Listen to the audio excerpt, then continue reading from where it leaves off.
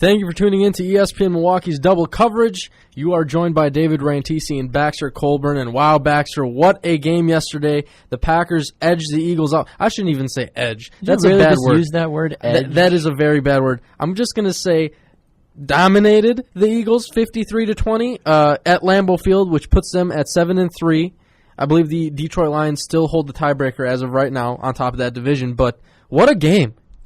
It was an amazing game, honestly. You know, the Detroit Lions, like you said, that they do have the tiebreaker over the Green Bay Packers right now. But the Packers, they are the team to beat right now in the NFC. I don't care what everybody says about the Arizona Cardinals at 9-1. Green Bay's offense is scary. Their defense is showing up, and I really like the way that the Packers are playing. And I think that it is pretty safe to say that they will be headed to the NFC title game come January. I know the guys right now on the radio are talking about, are you ready to pack your bags and grab that ticket to fly out to Arizona for the Super Bowl? I'm flying first class on that right now. I really am. I'm ready. I'm pumped. It's a 7-3 football team, but they're playing like they're undefeated right now. 2 back-to-back weeks with over 50 points scored by this Packers team. And, just looking at this Eagles game, at halftime the score was 30-6. It was really no competition. Everybody was scoring. You had a touchdown scored by Devontae Adams. You had a touchdown scored by Jordy Nelson. Eddie Lacy ran one in before halftime. So, this game was just played very well by all three facets. The offense, the defense, the special teams. There were 3 touchdowns scored yesterday with the combination of the defense and the special teams. So it was a team effort, and the Packers won 53-20, and the Eagles only scored a couple of touchdowns in garbage time. So there's really, honestly, not a whole lot to be said.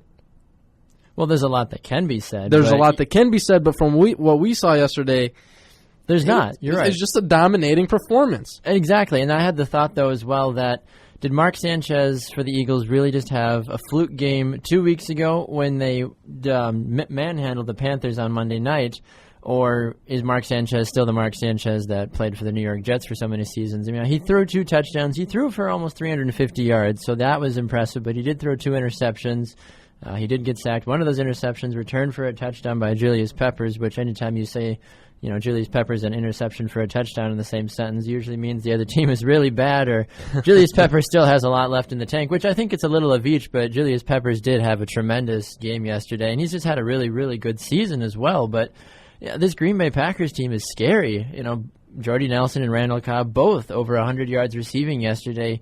Not a lot of other teams in the NFL can say that their number 1 and 2 wide receivers are getting 100-yard games each.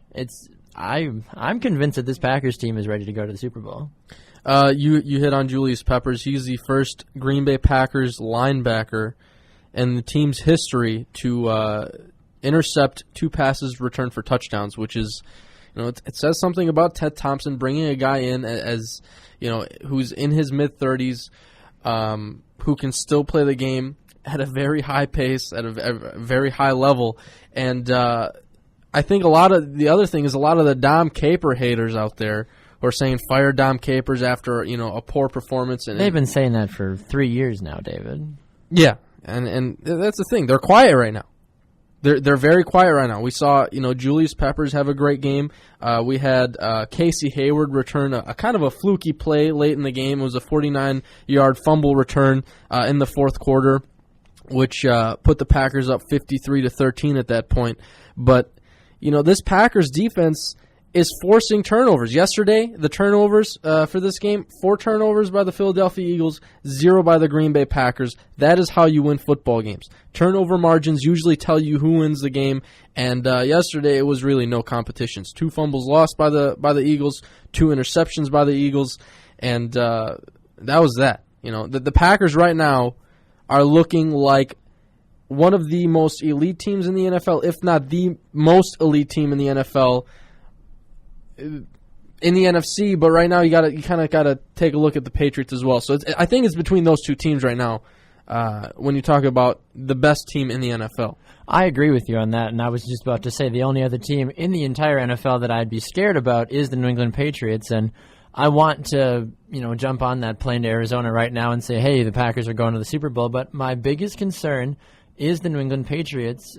Again, a home game. It's not an impossible game to beat, but after watching the Patriots manhandle the Colts last night, I'm scared because the Colts are not a bad team by any standard. I think the Colts could be probably the top team or one of the top teams in the NFC if they were in the NFC. Obviously, they're in the AFC, but you look at a team like Indianapolis, they don't mess around. Andrew Luck, he's a fantastic quarterback, but Tom Brady really did well last night. But a lot of that, though, goes to Jonas Gray. Jonas Gray had 4 rushing touchdowns for the Patriots last night. So I'll be curious to keep an eye on Gray and Tom Brady moving forward before the Packers play them in 2 weeks at home at 3:30 on November 30th. Before this game, this Philadelphia Eagles game, last week I did a double coverage with Denny Gallagher, one of the other ESPN Milwaukee interns, and Denny threw out a stat for us that said it was 41.5 points for the Green Bay Packers at home that they've been averaging. Now that number has just risen because they scored 53 last night.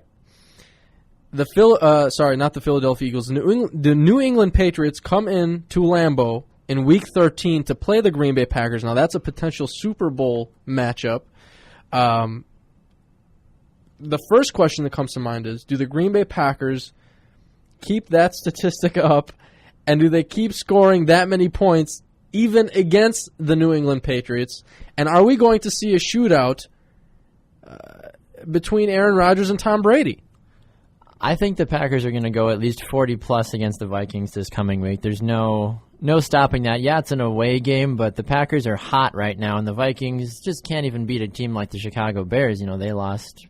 Jay Cutler threw 3 touchdowns against the Vikings. Neither team is going to go to the playoffs this year. They're both 4-6. But when it comes to that Packers and Patriots game, I think that could be a shootout. I don't see it going in the 50s, but I wouldn't be shocked if we had a 35-31 final in favor of either team. But I like the Packers at Lambeau. I like the fact that Aaron Rodgers is just literally on fire right now. Packers defense has played well, but that Patriots defense, it's weird because they're not the same Patriots defense that you knew and loved, when they had their dynasty, if you want to put that in quotes, those few years in the early 2000s. But they still have some pretty big names on their team. Brandon Browner, Darrelle Revis, Vincent Wilfork. Those guys are still making plays and will certainly cause a lot of problems for the Packers' offensive line, like we saw that they caused for the Indianapolis line last night. But, yeah, Packers-Patriots Super Bowl, it's very realistic. I think it could certainly happen. The only other team to really rival the Packers in the NFC, I would say, would be the Cardinals, but even I'm not 100% sold on the Cardinals right now. After yesterday's win against the Eagles, the Packers are now the favorite. When it comes to, I think, Las Vegas in gambling, their odds have now risen to 4-1. The New England Patriots are behind them at 9-2, or 9-2. So I kind of feel bad leapfrogging the Minnesota Vikings because that's the next game, and we're instantly talking about the New England Patriots. But then again, it's the Vikings, and could it be a trap game? I don't think so. Like Teddy Bridgewater is not the guy that everyone thought he was going to be. He doesn't have a good supporting cast around him, though. I like Teddy as a player, but I don't know if you can really blame him 100% for the failures that Minnesota has had this season. He didn't play a few games as well, and a guy named Christian Ponder had to play against the Packers, when the Packers absolutely unloaded on them on Thursday Night Football. Every week I look at the matchup, I'm thinking the Packers can win this game. They can win this game. But the reason why I feel like we're hopping over the Vikings and talking about the Patriots right now is because this is probably the only game that I looked on the schedule before the season started and thought, this is going to be a loss.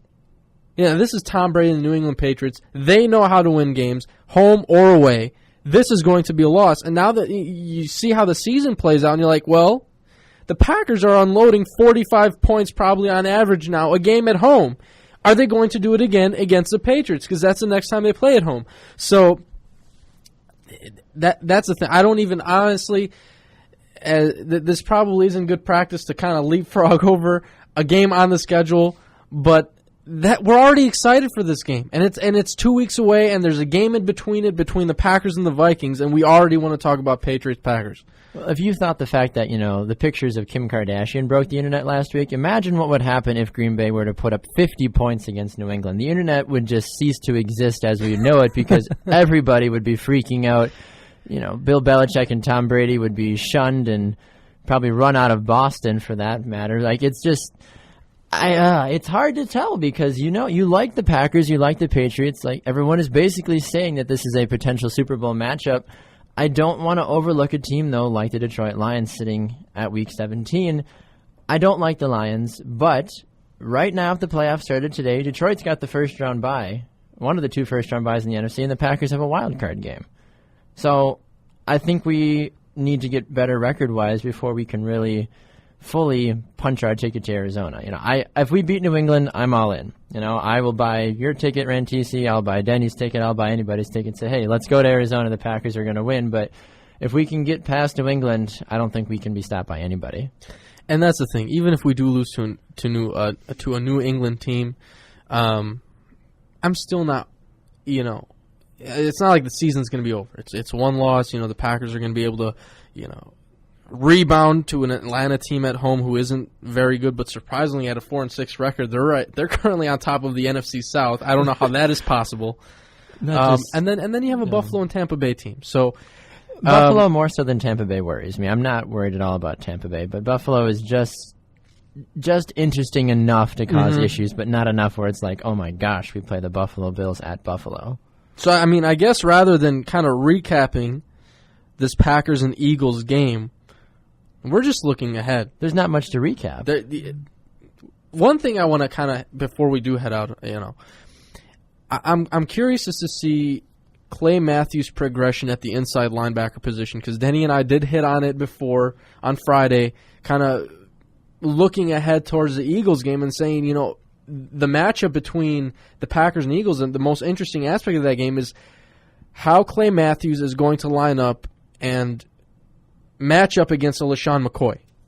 And those guys were really non-existent yesterday. Between him and Darren Sproles, that was my biggest concern, biggest worry. But how is Clay Matthews going to go ahead towards the Minnesota Vikings team, towards the New England's team, and play at the inside linebacker position? Yesterday he played pretty well, I thought. Yeah, I would agree with that, and that was the experiment that Don Capers was saying, we'll see how Clay Matthews does, and even Clay Matthews said this last week. That was the big talk about it. It's like, well, if I could play outside, I would choose that 100% of the time, but right now I've got to do what helps the team, which is true. You've got to do what helps the team, and right now we heard ESPN NFL insider Jason Wilde from ESPN Wisconsin and Milwaukee talk about this, saying that right now this is just a temporary fix. The fact that Matthews is playing in the inside spot right now. He's dominating, but they would have to go out and either sign somebody this offseason or draft somebody to fill one of the 2 spots if they feel like keeping Matthews on the inside, but that they're going to have to draft somebody of equal value or pretty close to that on the outside or vice versa. So Matthews right now, it's a good experiment. It's working out. I like it, but I think it's only a temporary fix at the moment for problems that actually do still lie within the linebacking core that Green Bay has. No, and I totally agree. I just feel as if it's probably one of those tactics that puts your best 4 linebackers out on the field, which I can agree with. But knowing how Ted Thompson works, to me, he already knows where the problem is and where the holes lie with this team, both offensively and defensively. So, I think inside linebacker is definitely going to be addressed probably within the first 2 or 3 rounds. I think it's safe to say. I'd say the first or the 3rd round because if history has anything to tell us, they might draft another wide receiver, but. Do they really need another one though? That's another. I think it's a whole other conversation. But history's told us that they continue to draft wide receivers in the 2nd round. But you're right. Our first pick, regardless of what it'll be. Right now, I'm assuming it'll be in the high 20s unless the wheels fall off. And when haven't they been in the high 20s these last 5 or 6 years? Duly noted. But yeah, no, I think. As the team currently stands, putting out the best 4 linebackers on the roster is probably in the best interest of the team. Having Brad Jones in at inside linebacker next to A.J. Hawk is probably something that many Packer fans don't want to see. So I would rather see Clay at inside and put maybe like a Mike Neal or a Nick Perry on one side and Julius on the other side and see how that works out. And for the last 2 weeks, Packers have scored over 50 points. The defense has played well. Many turnovers, many defensive touchdowns. We saw a special teams touch. The Packers right now are on a roll. They just defeated the Philadelphia Eagles, and next week it will be a game against the division rival Minnesota Vikings. Any last notes for this double coverage, Baxter? Well, I like to say that the game against the Minnesota Vikings is a lock. I want Green Bay. I know Green Bay will win by 20-plus points. Ooh, okay. I know that's a bit ambitious, but at the same time, Green Bay is the team to beat right now, not only in the NFC, but in the NFL, even more so than the New England Patriots right now, because Green Bay has a high-powered offense led by the best quarterback in the NFL right now, Aaron Rodgers. Their defense is playing at a very high level. They're not the best defense in the NFL, but they are playing exceptionally well. Green Bay over Minnesota by 20, and then that game against New England is going to be just an exciting match over all that. I like Green Bay winning, but we'll talk about that another time about by how much. I'm also gonna predict a win for the Packers, but surprisingly, they're not scoring 50 against the Minnesota Vikings. So I'm going to say 31-14. Packers over the Minnesota Vikings. Keep it a little honest. So that's our episode of Double Coverage. I'm David Rantisi. That's Baxter Colburn. Thank you for tuning in. And until next time, hopefully recapping a Minnesota Vikings game, we're out.